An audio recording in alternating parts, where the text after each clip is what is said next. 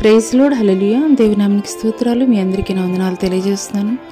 ఈ దినం కొరకు దేవుడు సిద్ధపరిచినటువంటి మాటలు.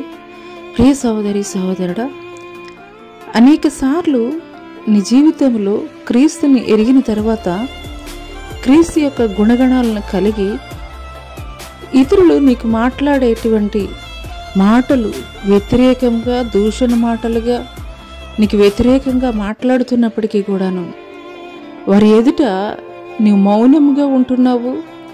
వారు మాట్లాడేటువంటి మాటలకి నీవు బదులు ఇవ్వటం లేదు. వారు మాట్లాడేటువంటి మాటలు పరుష పదజాలంతో ఉన్నప్పటికీ కూడాను మౌనముగా ఉండి ఆ స్థలం నుండి పక్కకు వచ్చేస్తున్నావు. అందుని బట్టి వారు నిన్ను ఇంకా చులకన చేస్తూ, నేను ఏమి మాట్లాడినా కానీ, ఏ విధంగా మాట్లాడినా కానీ వీరు ఏమి మాట్లాడరు అని వారు అనుకుంటూ ఉండవచ్చు. ఆ సమయంలో నీవు ఈ రీతిగా అనుకోవచ్చు, అయ్యో నేను చూపించేటువంటి మంచితనం, నేను చూపించేటువంటి దేవుని యొక్క మార్గం ద్వారా నడుస్తున్నటువంటి నా యొక్క జీవితము ఎదుటివారికి ఒక చేతగాని తనముగా మారిపోతుందేమో, నేను ఈ రీతిగా ఉండడం తప్ప అని కొన్నిసార్లు మనలో మనమే ప్రశ్నలు వేసుకునేటువంటి వారముగా ఉంటాము. కానీ ఈ యొక్క ఉదయకాల సమయంలో పరిశుద్ధాత్మ దేవుడు మాట్లాడుతున్నారు. తనను తాను తగ్గించుకునేవాడు హెచ్చించబడును, తనను తాను హెచ్చించుకునేవాడు తగ్గించబడునని. అవునేస్తమా? దావీదు మహారాజు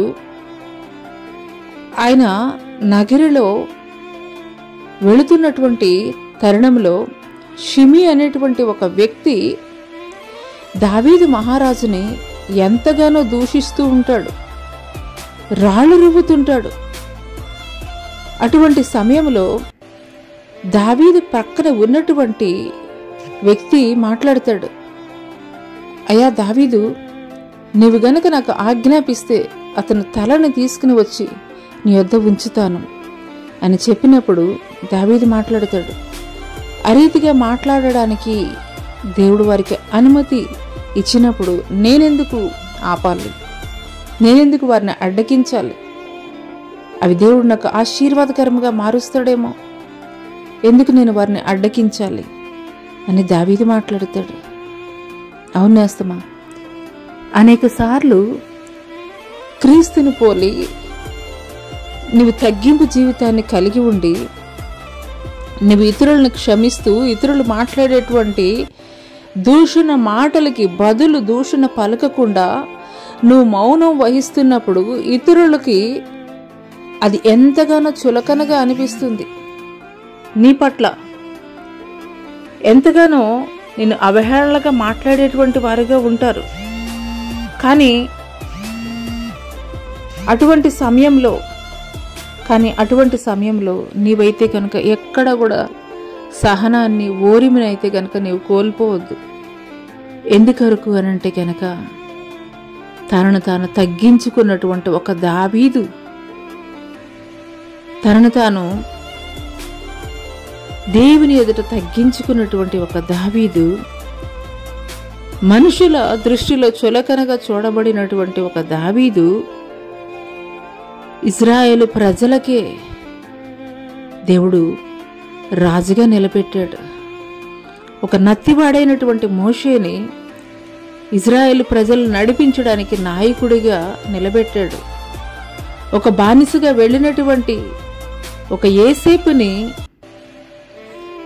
ఆ యొక్క ప్రాంతం అంతటికి ఆహారం అందించేటువంటి రాజు తర్వాత అంతటి గొప్ప స్థానంలో ఏ అన్నలైతే నిందించారో, అవమానించారో, అవహేళనగా యోసేపుని చూశారో, బానిసగా అమ్మివేశారో, అదే అన్నలు సాష్టాంగపడ్డారు యోసేపు ఎదుట. ఈ మాటలు వింటున్నటువంటి ప్రియనేస్తమా, నీ జీవితంలో కూడాను ఇటువంటి పరిస్థితులు ఎదుర్కొంటూ, అయ్యో నేను ఇంత ఖచ్చితమైనటువంటి జీవితాన్ని దేవునిలో కొనసాగించడం కూడా పొరపాటేనా, నాకు మంచితనాన్ని ఇతరులు చులకనగా చూస్తున్నారు అని నువ్వు కృంగిపోవలసినటువంటి అవసరం లేదు. ఎందుకొరకేనంటే నీ పితరుల జీవితాల్లో తనను తాను తగ్గించుకున్నటువంటి వారి జీవితాలు దేవుడు హెచ్చించాడు, ఘనముగా నిలబెట్టాడు, తలగా ఉంచాడు, తోకగా ఉంచలా. ఖచ్చితంగా ఈరోజు నువ్వు పడేటువంటి ప్రతి నింద, ప్రతి అవమానం రేపటి దినానికి పూదండలుగా దేవుడు సిద్ధం చేస్తున్నాడు. నమ్మిక మాత్రం ఉంచు. నీ పితరుల జీవితాల్లో జరిగించినటువంటి కార్యములు రేపటి దినం నీ జీవితంలో కూడాను దేవుడు జరిగించబోతున్నాడు. అందుకొరకే దేవుడు మాట్లాడుతున్నారు, తనను తాను తగ్గించుకునేవాడు హెచ్చించబడును, తనను తాను హెచ్చించుకునేవాడు తగ్గించబడునని. ఈ మాటలు దేవుడు నా కొరకే మాట్లాడుతున్నారని నువ్వు విశ్వసించగలిగినట్లయితే నువ్వు జనులు మాట్లాడేటువంటి ఏ మాటలను బట్టి కూడాను నువ్వు రియాక్ట్ అవ్వాల్సినటువంటి అవసరత లేదు. నిశ్చయముగా నీ యొక్క తగ్గింపు జీవితాన్ని, నీ యొక్క విధేయత కలిగినటువంటి జీవితాన్ని దేవుడు చూస్తున్నాడు. దేవుడి దృష్టిలో నువ్వు యోగ్యుడిగా ఉన్నావు. నిశ్చయముగా నీ పితరుల జీవితాల్లో తమను తాము తగ్గించుకున్నప్పుడు ఏ రీతిగా దేవుడు హెచ్చించాడు, అదే రీతిగా దేవుడు నిన్ను కూడా తలగా ఉంచబోతున్నాడు. అట్టి కృప దేవుడు నీకు దయచేయనుగాక. ఆమేన్.